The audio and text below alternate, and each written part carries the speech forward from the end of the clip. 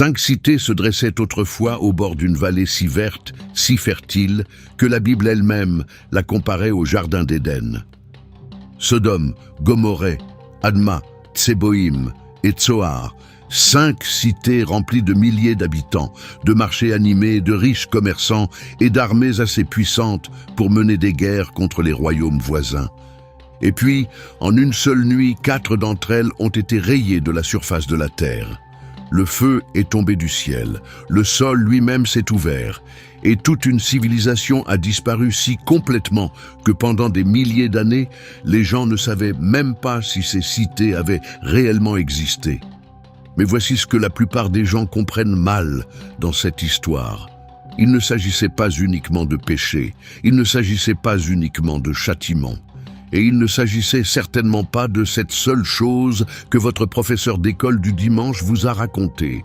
La destruction de ces 5 cités révèle quelque chose sur le monde antique que la plupart des enseignants bibliques ne vous diront jamais, parce que les preuves archéologiques ne correspondent pas à la version simplifiée de l'histoire avec laquelle nous avons grandi.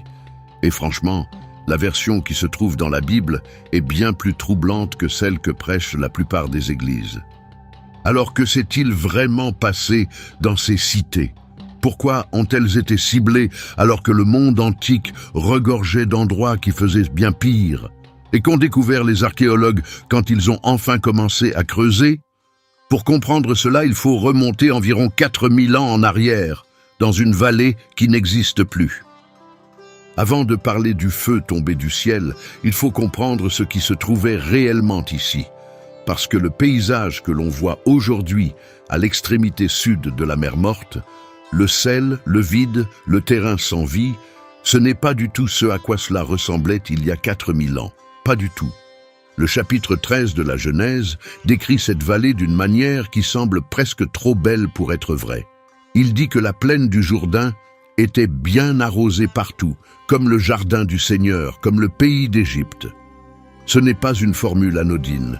Dans le monde antique, comparer quoi que ce soit à l'Égypte signifiait une seule chose. Cet endroit avait de l'eau, des récoltes et une richesse incommensurable. L'Égypte était la superpuissance, la référence absolue, et cette vallée était placée dans la même catégorie. Et cela a du sens quand on regarde la géographie. Le sud de la vallée du Jourdain se trouvait à l'embouchure de plusieurs cours d'eau douce descendant des collines de Moab. Le sol était riche. Le climat était chaud toute l'année. Les pluies étaient régulières. La saison de culture s'étendait bien plus longtemps que partout ailleurs dans la région. Ce n'était pas un avant-poste poussiéreux aux confins de la civilisation. C'était un emplacement de premier choix dans l'ancien Proche-Orient. Le genre de terre pour laquelle on faisait la guerre. Et c'est précisément pour cela que 5 cités distinctes se sont développées ici. Pas des villages, pas des hameaux agricoles, des cités, avec des murailles, des gouvernements, des rois. Le chapitre 14 de la Genèse les nomme toutes les 5 avec leurs rois, puis décrit quelque chose qui change complètement la lecture de toute l'histoire. Une guerre à grande échelle. Ces 5 cités ont combattu une alliance de 4 royaumes envahisseurs venus de Mésopotamie. Réfléchissez-y un instant. Ce n'étaient pas de minuscules communautés survivant péniblement dans le désert. C'étaient des cités-États fortifiées avec des armées organisées, capables d'entrer en guerre contre des puissances étrangères. La Bible les traite comme une coalition régionale, un mini-empire situé au carrefour des grandes routes commerciales reliant l'Égypte au sud et la Mésopotamie au nord. Mais voici la partie qui prépare tout ce qui va suivre et dont presque personne ne parle. Vers 2000 avant notre ère, l'ancien Proche-Orient était un réseau de routes commerciales reliant d'immenses civilisations. L'Égypte au sud-ouest, la Mésopotamie à l'est, les Hittites au nord. Et en plein milieu de tout cela se trouvait le pays de Canaan, une étroite bande de territoire que chaque empire devait traverser pour atteindre les autres. La vallée du Jourdain était une autoroute, et les cités de la plaine contrôlaient un tronçon crucial de cette autoroute. La richesse qui transitait par ici était colossale. La vallée se trouvait près des puits de bitume de la mer Morte, et dans le monde antique, le bitume avait une valeur considérable. On l'utilisait pour rendre les bateaux étanches, sceller les bâtiments, lier les briques, et même dans le processus de momification en Égypte. Les rois de Sodome et Gomorrhe étaient assis sur une ressource naturelle que les empires voisins convoitaient ardemment. Ils contrôlaient les routes commerciales, ils taxaient les caravanes, et l'argent affluait. Mais une telle richesse attire l'attention, et l'attention, dans le monde antique, signifiait des armées. Dans le chapitre 14 de la Genèse, quand ces 4 rois mésopotamiens ont envahi la région, ils ne l'ont pas fait au hasard. Ils sont venus spécifiquement pour punir les 5 cités, parce que celles-ci avaient cessé de payer leur tribut. Pendant 12 ans, les cités de la plaine avaient été des États vassaux, payant des taxes à un empire lointain, dirigé par un roi nommé Kedorlaomer. La 13e année, elles se sont rebellées. Elles ont décidé qu'elles étaient assez riches et assez fortes pour se débrouiller seules. La 14e année, l'Empire a riposté. Les 5 cités ont perdu cette guerre de façon catastrophique. Les rois de Sodome et Gomorrhe sont tombés dans les puits de bitume en battant en retraite. Leurs soldats se sont dispersés dans les collines. Les envahisseurs ont tout pillé, dépouillé les cités jusqu'au dernier objet et ramené des prisonniers vers l'est, dont Lot, le neveu d'Abraham, avec toute sa maisonnée. Et c'est ainsi qu'Abraham entre dans l'histoire. Il a rassemblé 318 hommes entraînés de sa propre maison, poursuivi l'armée d'invasion jusqu'à Dan, tout au nord, les a vaincus lors d'un raid nocturne audacieux, et a libéré Lot ainsi que tous les prisonniers et les biens. Abraham, un éleveur nomade avec quelques centaines de serviteurs, venait de vaincre la même armée professionnelle qui avait écrasé 5 cités-États fortifiées. Le contraste est voulu. Et il nous dit quelque chose que le texte veut que l'on remarque. Ces cités semblaient puissantes, mais elles étaient creuses. Leur force n'était qu'une illusion bâtie sur l'argent, pas sur quelque chose de solide. Et après la bataille, quelque chose de fascinant se produit. Abraham rencontre une figure mystérieuse nommée Melchizedek, le roi de Salem, qui est aussi appelé prêtre du Dieu très haut. Melchizedek apporte du pain et du vin et bénit Abraham, et Abraham lui donne un 10e de tout ce qu'il a récupéré. Pourquoi est-ce important? Parce que le roi de Sodome se tient juste là, il vient d'être secouru, et il dit à Abraham, « Donne-moi les personnes et garde les biens pour toi. » C'est tout, aucune gratitude, aucune reconnaissance envers Dieu, aucune bénédiction, juste une exigence transactionnelle. « Rends-moi mes citoyens, garde le butin. » Abraham refuse. Il dit au roi de Sodome, « J'ai levé la main vers le Seigneur, le Dieu très haut, et je ne prendrai ni un fil, ni une courroie de sandales, ni rien de ce qui t'appartient, pour que tu ne puisses pas dire, c'est moi qui ai enrichi Abraham. » En une seule scène, on a 2 rois côte à côte, Melchisédek qui bénit et donne librement, et le roi de Sodome qui exige et prend. Abraham s'aligne sur Melchisédek et rejette tout ce que Sodome représente. Le texte trace une ligne, et cette ligne deviendra du feu quelques chapitres plus tard. Ces cités étaient riches, orgueilleuses et vulnérables. Elles avaient la confiance de la force sans la capacité de la soutenir. Et cette combinaison va beaucoup compter quand nous arriverons à ce qui s'est passé ensuite. Car la destruction de ces cités n'a pas été soudaine. C'était la fin d'un long et lent effondrement qui se construisait depuis des années. Et les germes de cet effondrement ont été plantés dans la richesse même qui les avait rendues puissantes. Mais avant d'aborder les vrais péchés de Sodome, il faut que je vous dise quelque chose qui pourrait vous mettre mal à l'aise. Parce que Ézéchiel chapitre 16, verset 49, est probablement le verset le plus ignoré de toute la Bible. Et une fois que vous l'aurez lu, vous comprendrez pourquoi. Si vous avez grandi dans une communauté religieuse, vous pensez probablement savoir de quoi parlait Sodome. Un seul péché, un type précis de péché. Et c'est toute l'histoire. Affaire classée, sermon terminé. Mais la Bible elle-même raconte une histoire très différente.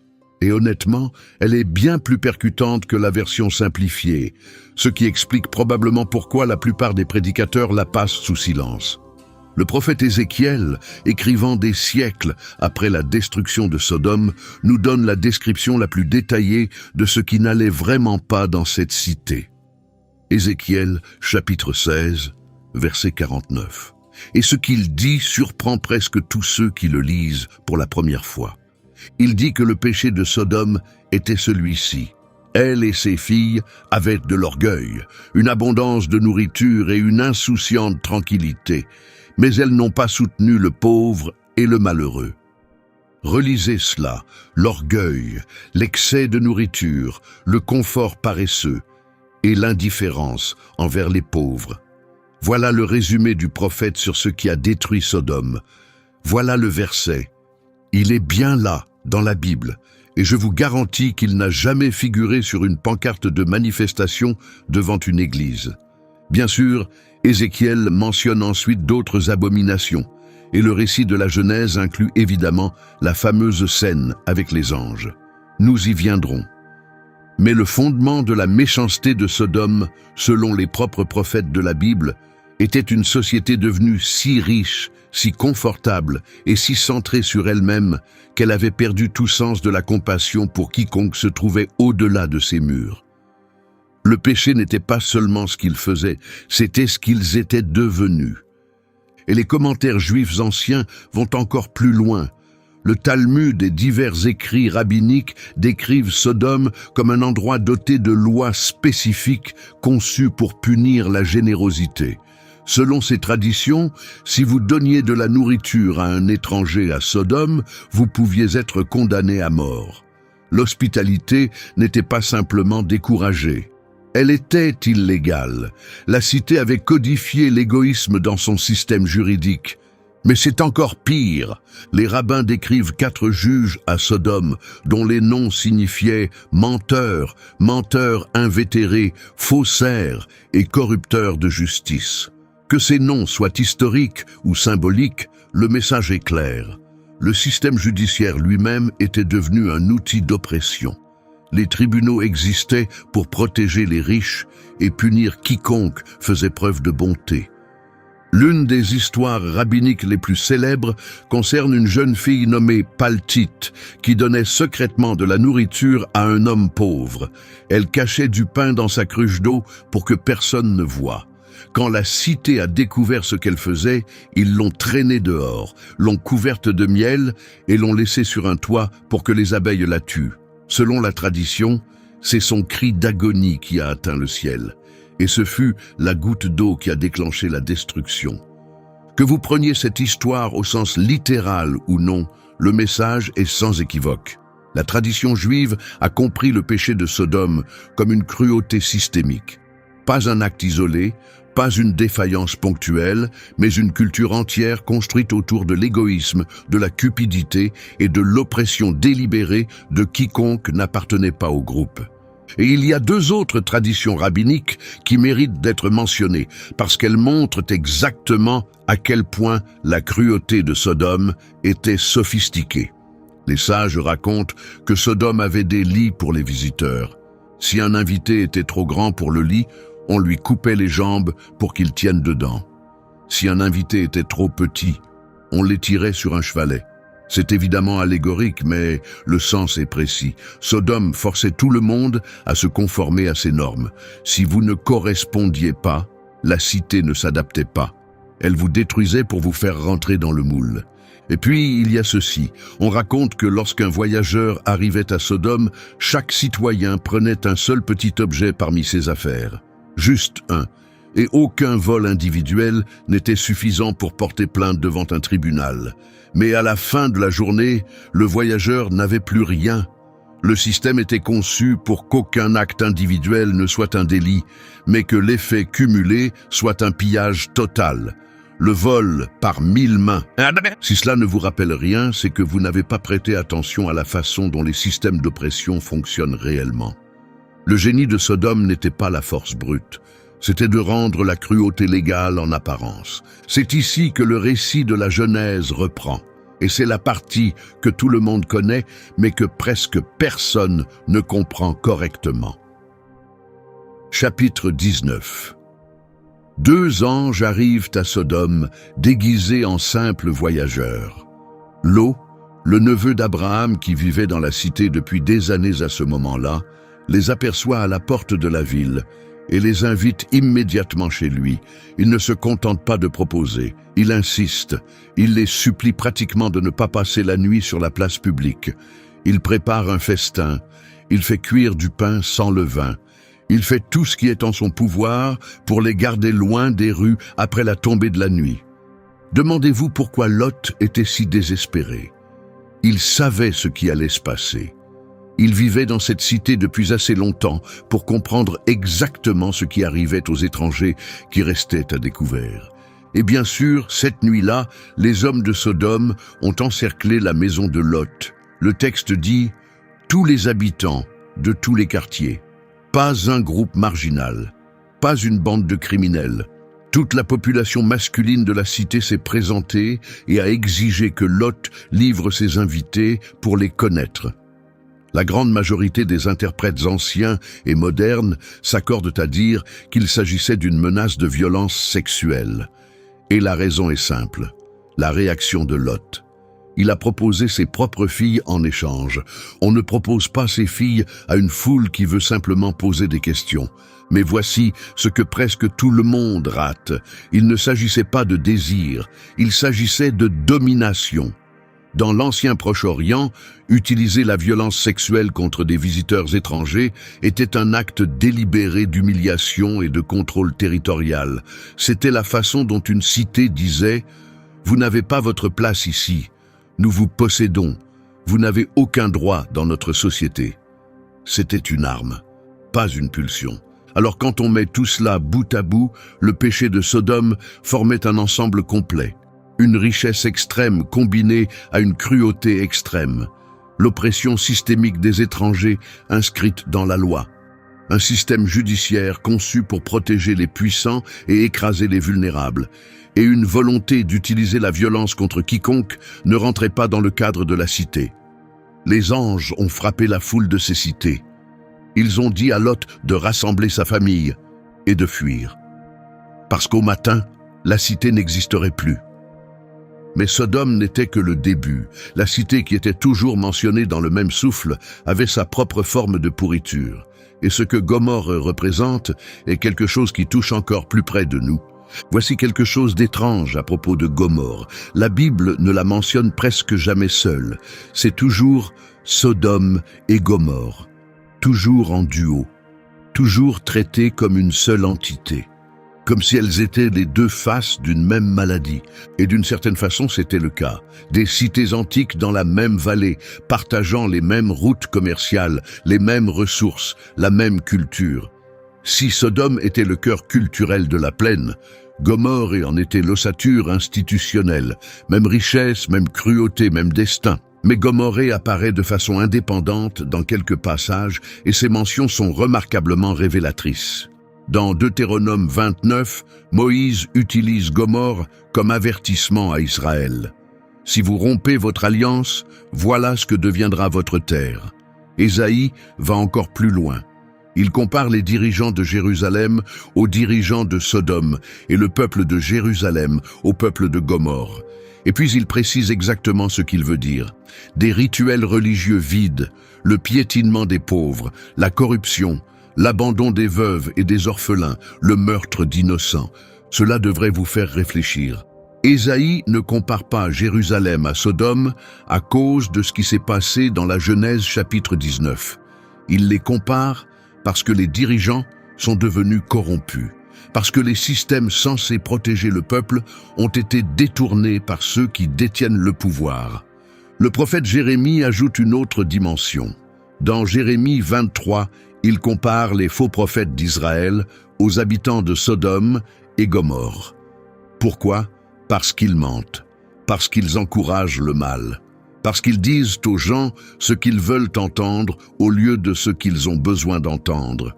Et à cause de cela, la méchanceté se répand à travers le pays comme à Sodome. Ainsi, à travers plusieurs prophètes sur plusieurs siècles, Gomorrhe représente systématiquement la corruption institutionnelle. Quand les rois, les juges, les prêtres, les chefs religieux utilisent leur pouvoir pour eux-mêmes au lieu de leur peuple, on obtient Gomorrhe. Quand les dirigeants se corrompent, tout ce qui se trouve en dessous se corrompt aussi. Et voici ce qui est frappant. Chaque prophète qui mentionne Gomorrhe s'adresse à Israël, pas à Sodome, pas à une nation étrangère. Ils utilisent Gomorrhe comme un miroir. Ils disent au propre peuple de Dieu, « Vous êtes en train de devenir comme eux. Vous faites exactement la même chose. Vos temples sont pleins chaque sabbat, mais vos tribunaux sont truqués.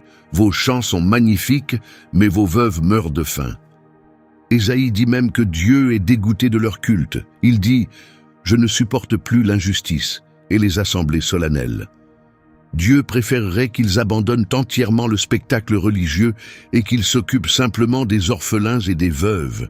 Voilà la comparaison avec Gomorrhe. Pas le paganisme, pas l'athéisme. Des gens religieux qui font des choses religieuses pendant que leurs institutions dévorent les plus vulnérables. Si cela ne frappe pas inconfortablement près de certaines institutions modernes, je ne sais pas ce qui pourrait le faire. Et voici le schéma. Sodome, c'était la cruauté culturelle, toute une population retournée contre les étrangers. Gomorrhe, c'était la pourriture des dirigeants, ceux qui sont au sommet empoisonnant tout ce qui se trouve en dessous. Deux cités, les deux faces d'une même pièce, toutes deux détruites ensemble parce qu'on ne peut pas séparer l'une de l'autre. Quand les dirigeants sont corrompus, le peuple suit. Quand le peuple est cruel, il élève des dirigeants à son image. C'est un cycle qui s'alimente lui-même jusqu'à ce qu'il n'y ait plus rien à sauver. Rome n'est pas tombée à cause d'un seul mauvais empereur. Elle est tombée parce que la corruption du Sénat, la cruauté des jeux, l'exploitation des provinces et l'indifférence des citoyens se sont nourris mutuellement pendant des siècles. Les cités de la plaine ne sont pas qu'une histoire ancienne. Elles sont un modèle qui s'est répété à chaque siècle depuis. Et voici la partie qui devrait inquiéter quiconque regarde ceci. Les prophètes n'utilisent jamais Sodome et Gomorrhe pour condamner des nations étrangères.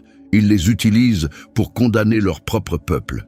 Ésaïe ne met pas en garde Babylone, il met en garde Jérusalem. Jérémie ne réprimande pas l'Égypte, il réprimande les propres prophètes d'Israël. Ézéchiel ne compare pas les étrangers à Sodome, il compare la cité choisie de Dieu à Sodome, et il trouve Jérusalem pire. L'usage prophétique de cette histoire dans son ensemble est un miroir, pas une fenêtre. Il ne s'agit pas de montrer du doigt les péchés des autres, il s'agit de reconnaître les siens. Mais voici ce qui rend cette histoire différente de tout autre récit d'avertissement dans la Bible. Sodome et Gomorrhe n'étaient pas seuls dans cette plaine. Il y avait 3 autres cités. Et les histoires de ce qui leur est arrivé sont, à certains égards, encore plus dévastatrices. Parce que presque personne n'en parle jamais. Et la raison pour laquelle personne n'en parle est peut-être la partie la plus troublante de toutes. Adma, si votre pasteur a déjà mentionné cette cité par son nom, vous faites partie d'une toute petite minorité. C'est l'une de ces cités qui se retrouve noyée dans « et les autres cités de la plaine », puis complètement oubliée. Mais il y a un passage dans l'Ancien Testament qui place Adma au centre de l'un des moments les plus bouleversants de toute la Bible. Et une fois que vous l'aurez lu, vous n'entendrez plus jamais cette histoire de la même façon. C'est dans Osée, chapitre 11, et c'est écrit du point de vue de Dieu lui-même. Le prophète Osée décrit la relation de Dieu avec Israël. Tout le chapitre se lit comme un parent qui parle d'un enfant qui lui a brisé le cœur. Et puis Dieu, parlant à travers le prophète, dit quelque chose qui vous arrête net. Comment pourrais-je t'abandonner, Éphraïm? Comment pourrais-je te livrer, Israël? Comment pourrais-je te traiter comme Adma? Comment pourrais-je te rendre semblable à Tseboïm? Mon cœur se retourne en moi. Ma compassion s'enflamme. Il faut prendre le temps de peser ces mots. Dieu dit, comment pourrais-je te faire ce que j'ai fait à Adma? La destruction d'Adma n'est pas présentée ici comme une satisfaction divine, pas comme un triomphe de la justice, pas comme un jugement accompli. Elle est présentée comme une souffrance. Mon cœur se retourne en moi.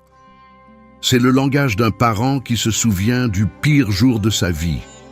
Cela change complètement la perspective sur toute l'histoire des cités de la plaine. La destruction n'a pas été un moment de jugement froid. Selon les propres prophètes de la Bible, ce fut un moment de deuil divin. Dieu a détruit Adma, et le souvenir de cet acte hante le texte des siècles plus tard.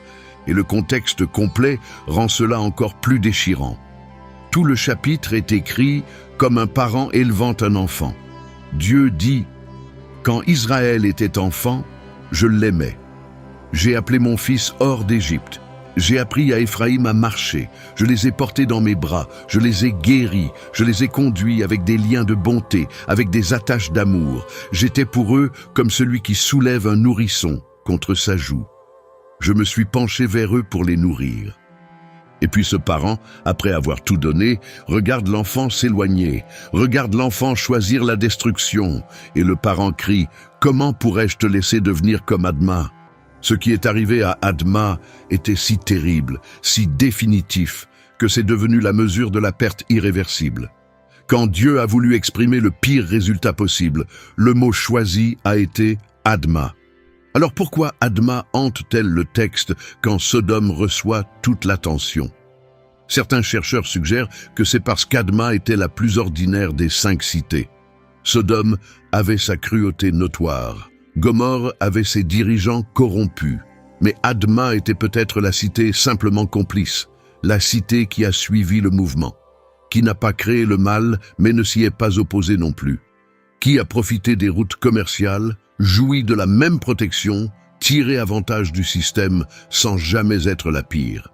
Et si c'est le cas, l'histoire d'Adma est en réalité la plus terrifiante de toutes, parce qu'elle dit qu'il n'est pas nécessaire d'être la cité la plus perverse de la plaine pour partager son sort. Il suffit d'être assez proche pour en profiter et assez silencieux pour laisser faire. Le silence n'est pas de la neutralité, le silence est un choix. Et la plaine a brûlé quand même. Et je pense que c'est pour cela qu'Osée a choisi Adma comme référence plutôt que Sodome, parce que Sodome est facile à condamner. Sodome est le méchant évident. Personne ne s'identifie à Sodome. Mais Adma est la cité que chaque personne confortable, dans chaque société confortable, craint secrètement d'habiter. La cité qui profite des avantages sans demander d'où ils viennent. La cité qui sait que quelque chose ne va pas, mais décide que ce n'est pas son problème. Quand Dieu dit « Comment pourrais-je te rendre semblable à Adma ?» dans Osée, il ne s'adresse pas aux pires pécheurs d'Israël. Il s'adresse aux plus ordinaires, ceux qui venaient au temple, faisaient leurs offrandes, rentraient chez eux et ne réfléchissaient pas trop à la souffrance qui existait au-delà de leurs murs. C'est ce qui fait d'Adma la cité la plus dangereuse de cette histoire, parce que c'est la plus facile à habiter sans se rendre compte de ce que l'on est devenu. Mais la cité toujours associée à Adma dans chaque référence biblique a une histoire qui pousse les choses encore plus loin dans l'obscurité, parce que Tseboïm n'a pas simplement brûlé. Ce qui est arrivé à Tseboïm est en réalité pire que le feu. Tseboïm, la 4e cité de la plaine, est celle qui démontre quelque chose de profondément troublant sur la façon dont la destruction fonctionne. De toutes les 5 cités, Tseboïm est celle qui a laissé la trace la plus faible dans le récit biblique. Son roi, Sheméber, n'est mentionné qu'une seule fois dans la Genèse chapitre 14, puis disparaît à jamais. Aucune histoire ne se déroule dans cette cité. Aucun prophète ne décrit ses péchés spécifiques. Elle existe dans le texte presque comme un fantôme. Mais voici ce qui rend Tseboïm plus importante qu'on ne le pense. Chaque fois que Tseboïm apparaît dans les Écritures, elle apparaît aux côtés d'Adma. Chaque fois, sans exception. Comment pourrais-je te traiter comme Adma? Comment pourrais-je te rendre semblable à Tseboïm? Elles sont liées de façon permanente, inséparables dans la destruction. Mais elles sont liées différemment de Sodome et Gomorrhe. Sodome et Gomorrhe sont restées dans les mémoires parce qu'elles sont devenues des symboles. Pendant des milliers d'années, leurs noms ont été synonymes de méchanceté et de jugement. Ils sont entrés dans le langage. Ils sont devenus des expressions courantes. Ils ont atteint une sombre forme d'immortalité. Adma et Tseboïm n'ont rien eu de tel. Elles n'apparaissent que dans des passages qui parlent de chagrin et de perte, de Dieu luttant avec le poids de ce qui s'est passé.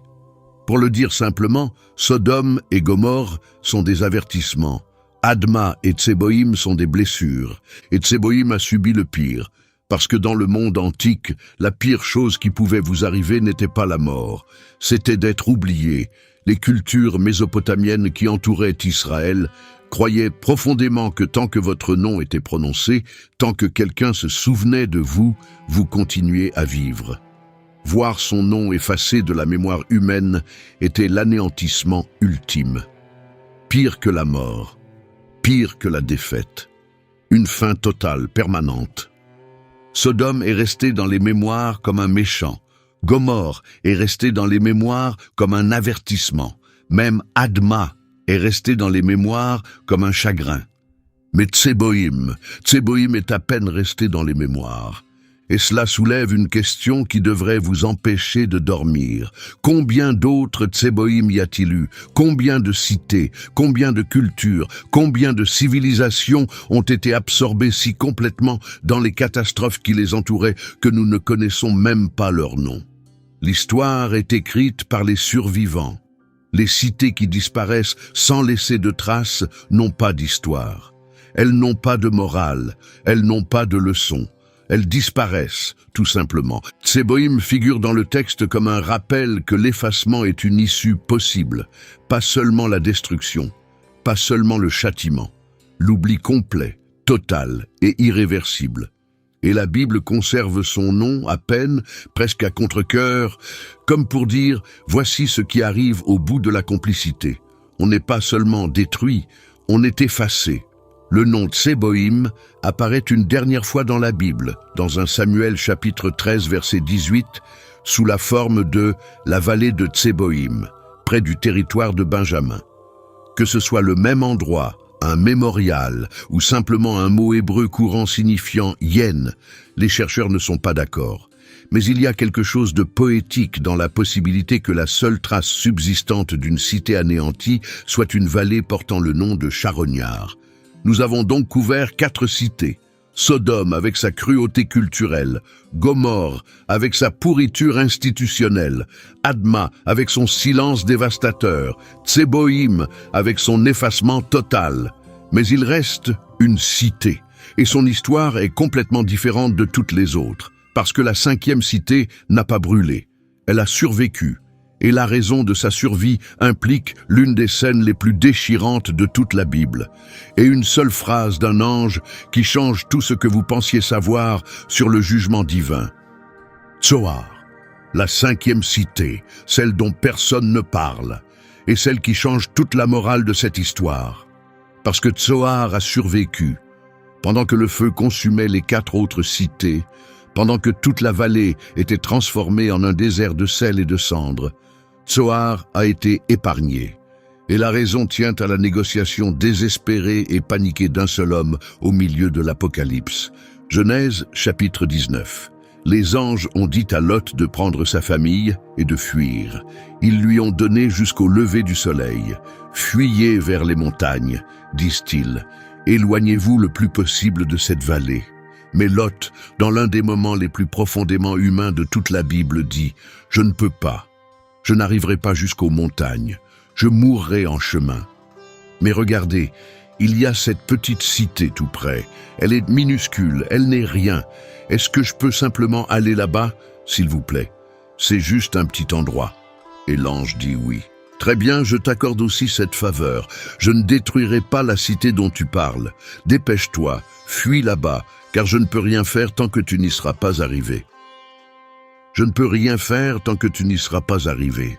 La destruction de toute la vallée, 4 cités, des milliers de personnes, l'anéantissement total d'une civilisation, était en suspens, en attente, jusqu'à ce qu'un seul homme terrifié atteigne un lieu sûr. L'ange de Dieu, disposant d'assez de puissance pour anéantir 4 cités en une seule matinée, a dit explicitement « Je ne peux pas agir tant que tu n'es pas en sécurité ».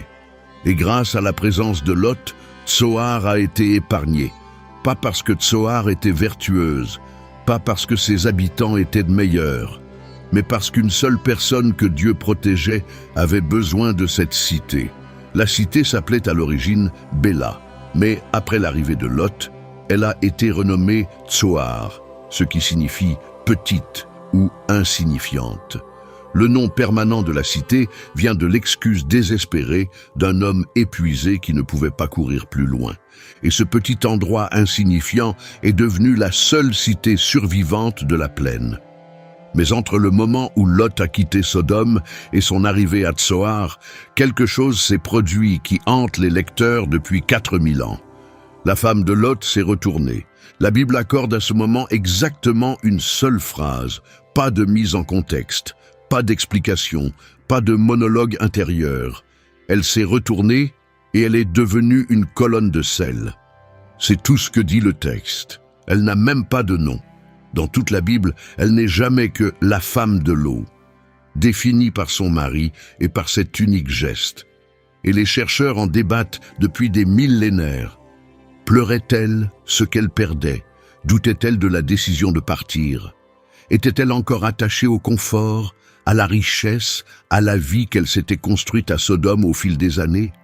Certaines traditions rabbiniques disent qu'elle était originaire de Sodome, qu'elle avait de la famille encore dans la cité, des parents, des frères et sœurs, des amis, qu'elle s'est retournée non par désobéissance, mais par chagrin. Elle a entendu le feu et n'a pas pu le supporter.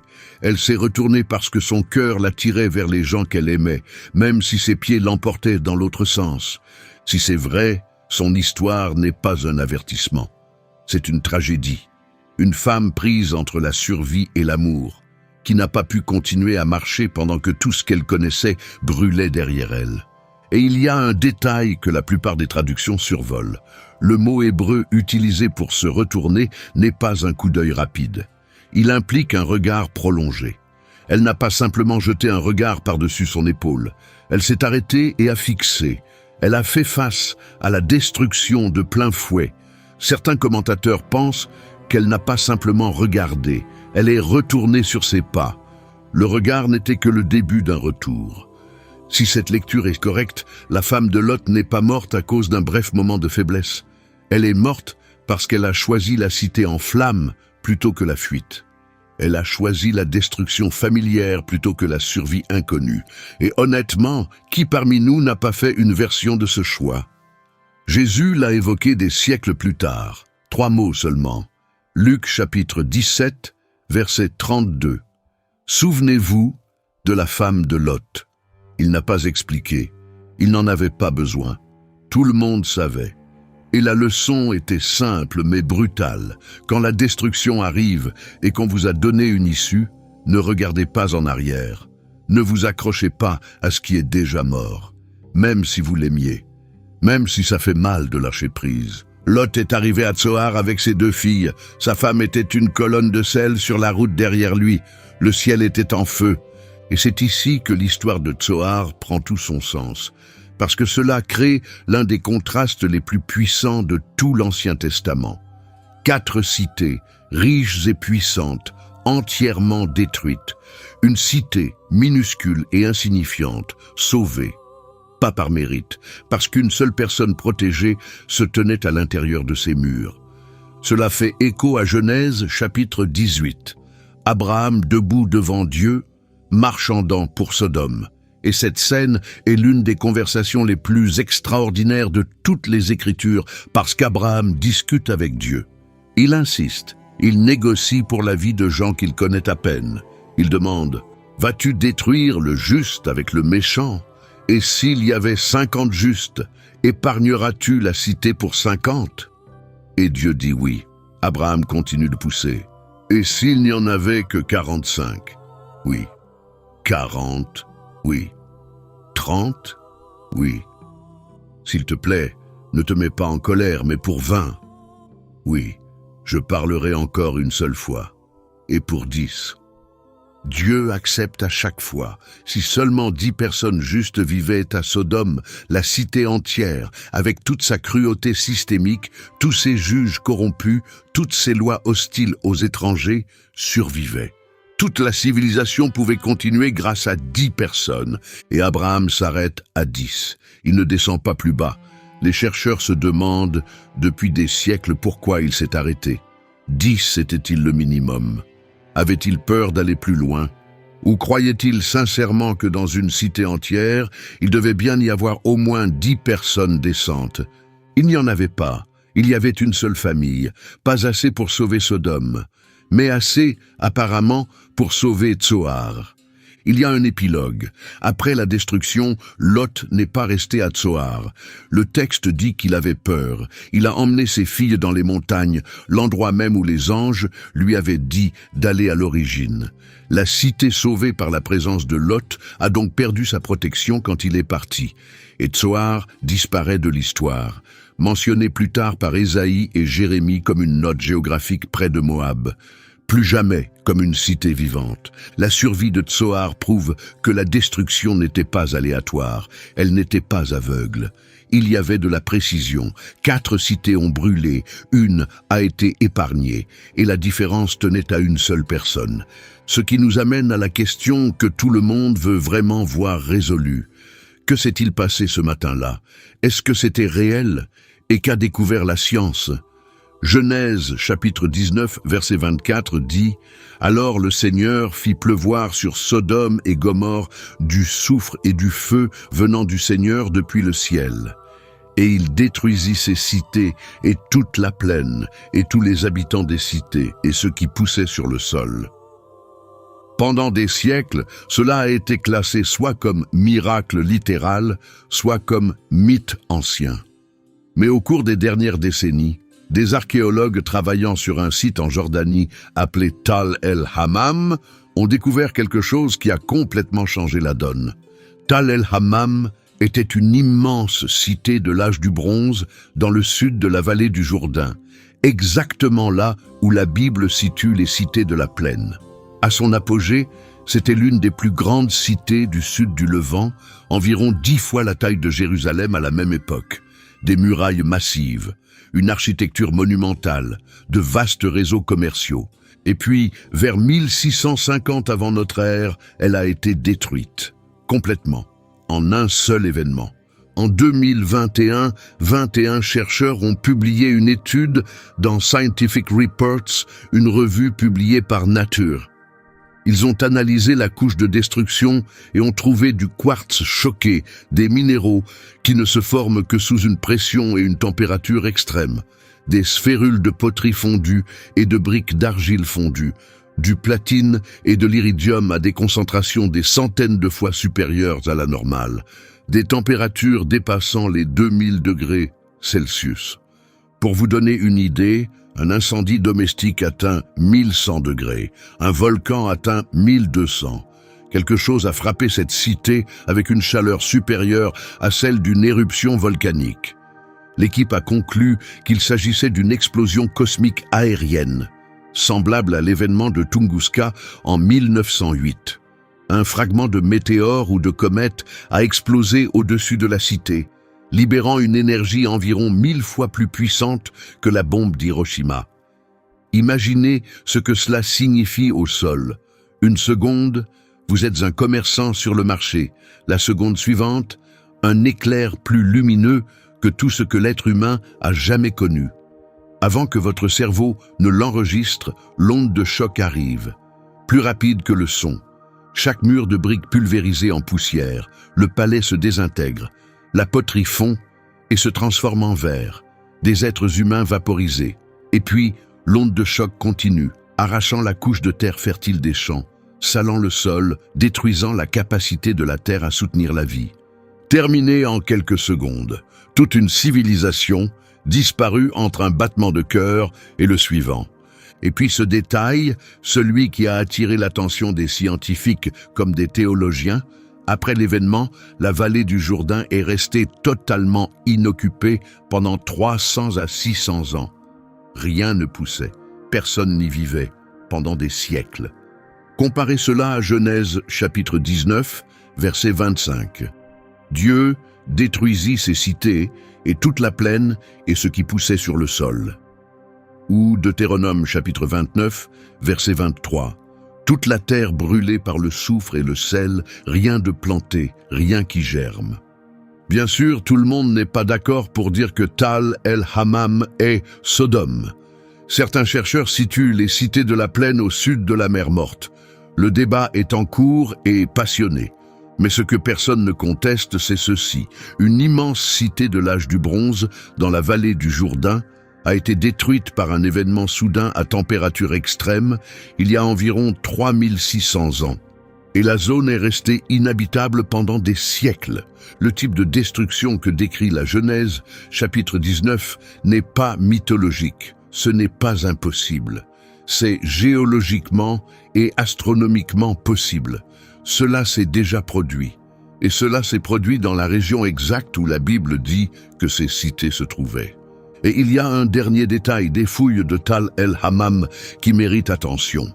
Les chercheurs ont découvert que les murs de briques de la cité ne s'étaient pas simplement effondrés, ils avaient été cisaillés. Les parties supérieures de chaque structure de la cité avaient complètement disparu, pas renversées, pas érodées avec le temps, arrachées en un seul événement directionnel, correspondant à une onde de pression massive se déplaçant du nord-est vers le sud-ouest, à travers le site. La poterie qu'ils ont trouvée n'était pas simplement brisée. Les surfaces extérieures avaient fondu et s'étaient transformées en verre, tandis que l'argile intérieure était restée intacte. Cela signifie que l'impulsion thermique était si intense et si brève qu'elle n'a eu le temps d'affecter que la couche extérieure, comme si on exposait quelque chose à un chalumeau pendant une fraction de seconde. Ils ont aussi trouvé des ossements humains présentant le même schéma. Des dommages thermiques extrêmes sur les surfaces exposées, la structure osseuse interne intacte. Quoi qu'il se soit passé, cela s'est produit plus vite que la chaleur ne pouvait se propager à travers la matière solide, plus vite qu'un clignement d'œil. Et voici autre chose, la destruction ne se limitait pas à Tal el-Hammam. L'étude montre que plusieurs sites plus petits dans les environs, des colonies qui auraient été l'équivalent antique de villes satellites ou de communautés agricoles, présentent la même couche de destruction de la même période. Plusieurs sites détruits simultanément sur une vaste zone. Cela vous rappelle quelque chose. Plusieurs cités dans une plaine, toutes détruites en même temps. Certains y voient de la preuve que la Bible relate une histoire réelle. D'autres y voient une catastrophe naturelle que les peuples anciens ont interprétée à travers un prisme théologique. Les deux lectures peuvent coexister, parce que la vraie question de la Bible n'est pas « qu'est-ce qui a détruit ces cités ?», c'est celle que chaque prophète n'arrête pas de poser. Quel genre de société attire cela sur elle-même? Alors rassemblons tout. 5 cités dans une vallée fertile, chacune un visage différent de la même maladie. Sodome, la cruauté culturelle. Une société qui a transformé la richesse en arme, rendu l'hospitalité illégale et utilisé la violence pour maintenir son pouvoir sur quiconque n'appartenait pas au groupe. Gomorrhe, la corruption institutionnelle. Des dirigeants qui se servaient eux-mêmes pendant que tout en dessous pourrissait. Des tribunaux qui protégeaient les puissants. Des prophètes qui mentaient. Adma, le silence complice. Assez proche pour en profiter, assez silencieuse pour éviter toute responsabilité. Détruite aux côtés des cités qu'elle a refusé de confronter. Tseboïm, l'effacement total, si complètement englouti que même son souvenir a à peine survécu. Le coup ultime d'être absorbé dans un système corrompu sans résistance. Et Tsoar, épargné, pas mérité, pas dû. Juste une personne protégée debout à l'intérieur de ses murs, la plus petite cité de la plaine, la seule restée debout, 5 cités, 5 leçons, et ensemble, un tableau qui va bien au-delà de la version simplifiée avec laquelle la plupart d'entre nous ont grandi. Ce n'est pas une histoire sur un seul péché, c'est une histoire sur ce qui se passe quand une société, de ses dirigeants à ses lois en passant par ses citoyens ordinaires, décide que le pouvoir, le confort et la préservation de soi comptent plus que la justice, la compassion et la protection des vulnérables. La Bible prend cela tellement au sérieux qu'elle revient sur ces cités à travers prophète après prophète, siècle après siècle, les utilisant comme l'étalon de la pire chose qui puisse arriver à une civilisation.